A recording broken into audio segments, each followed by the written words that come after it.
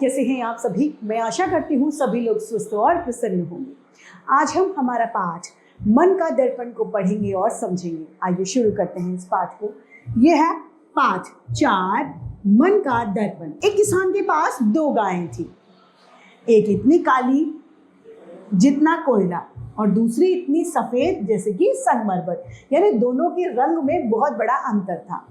लेकिन सफेद गाय को यह पता नहीं था कि वह सफेद है और काली गाय को यह पता नहीं था कि वह काली। एक दिन शाम को जब दोनों एक झील में पानी पीने गई तो झील के निश्चल पानी में दोनों ने अपनी अपनी परछाई को देखा।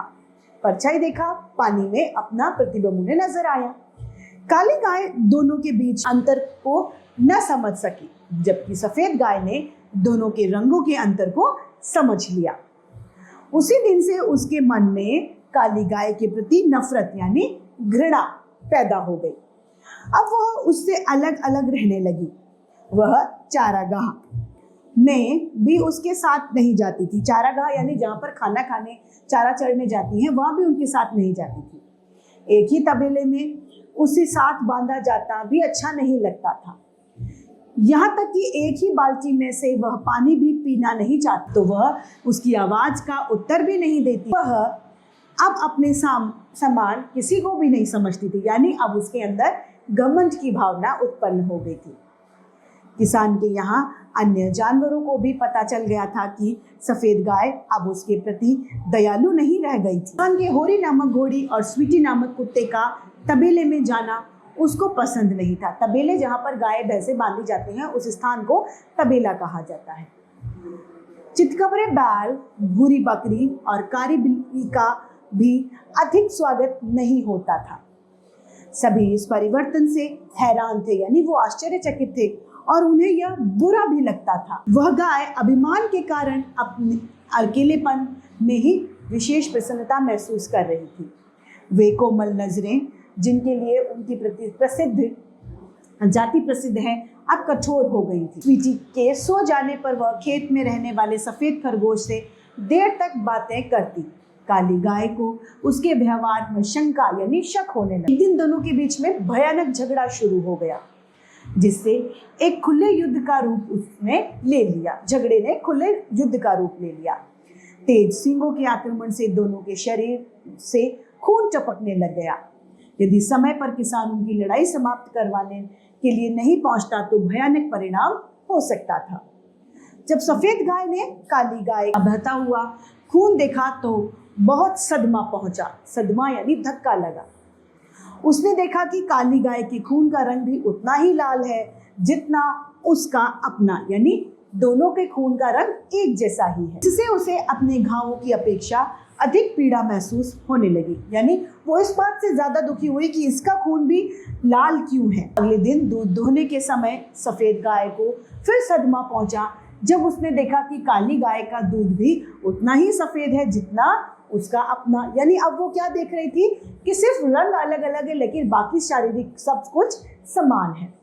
एक दिन नगर से एक ग्राहक गाय, बैल, बकरी आदि जानवर खरीदने आया। किसान दोनों गायों की पिछली दिनों वाली लड़ाई से बहुत गुस्सा था, चिढ़ा हुआ था। उसने ग्राहक से कहा, मेरी गायें कलेशकारी बनती जा रही हैं, तुम उनमें से एक को ले जाओ ताकि दूसरे के पास लड़ने का कारण ही ना बचे। दोनों को अलग अलग कर दो। तुम कौन सी गाय लोगे, काली या सफेद, बताओ। व्यापारी ने उत्तर दिया, रंगों में अंतर के कारण मेरे यहाँ कीमत में कोई वृद्धि नहीं आई। कीमत में कोई भी अंतर नहीं आया, चाहे सफेद ले लो चाहे काला। सफेद गाय यह सुनकर और भी स्तब्ध रह गई। उसे अपने रंग रूप पर जो अभिमान था वह अब चकनाचूर हो गया, यानी उसका जो घमंड था वो अब टूट गया। वह समझ गया कि न खून में, न ही दूध में और न ही रंग में व्यापारी उसकी बेहतर सफेद चमड़ी के प्रति कोई विशेषण ध्यान देता हुआ प्रतीत नहीं हो रहा था।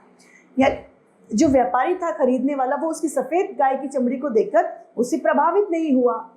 झील दर्पण ने उसकी काली साथिन और स्वयं के बीच अंतर स्पष्ट कर दिया, लेकिन अब एक दूसरे से अलग होने का समय आया तो उसे दोनों में समानता दिख रही थी। यानी तब तो वो सोच रही थी कि ये मुझसे बहुत अलग है, ये खराब है, ये है, वो है। लेकिन जब दोनों के अलग होने का समय आया तब उसे महसूस हुआ कि मैंने ये क्या किया।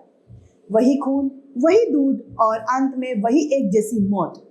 उसे इस बात का डर भी सता रहा था कि ग्राहक उसे कैसे रखेगा। सफेद गाय भागी भागी काली गाय के पास गई, तबेले में गई और काली गाय से कहने लगी, बहन, हम दोनों में से किसी एक को मालिक आज बेच देगा और हम अलग अलग हो जाएंगे। अब मेरे मन के दर्पण ने स्पष्ट कर दिया है कि मेरे और तुम्हारे बीच में किसी तरीके का कोई अंतर नहीं है। फिर आपस में लड़ाई झगड़ा किस लिए? मुझे तुमसे कोई शिकायत नहीं। अब हम मिलजुल कर रहेंगे, मैं तुमसे अलग नहीं होना चाहती। इन बातों को सुनकर काली गाय का मन पिघल गया। उसने एक ही पल में उसकी सारी निर्दयता, यानी जितनी भी उसकी क्रूरता थी, वो भुला दी और उसे क्षमा कर दिया। उसने अपनी गर्दन से सफेद गाय को रगड़ा और दोनों मिलकर किसान के झोंपड़े के पास गई और एक साथ तार में आवाज लगाकर उसे जगाया। यह देखकर किसान को हैरानी हुई और खुशी भी हुई कि दोनों गायों ने झगड़ा खत्म कर दिया।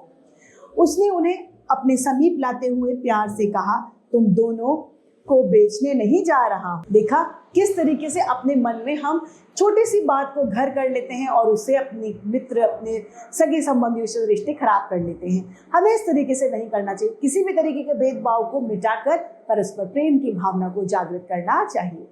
तो इसी के साथ ये पाठ समाप्त होता है और मैं उम्मीद करती हूँ सभी को ये पाठ भली भांति रूप से समझ में आया होगा। आज के लिए इतना ही, फिर मिलते हैं।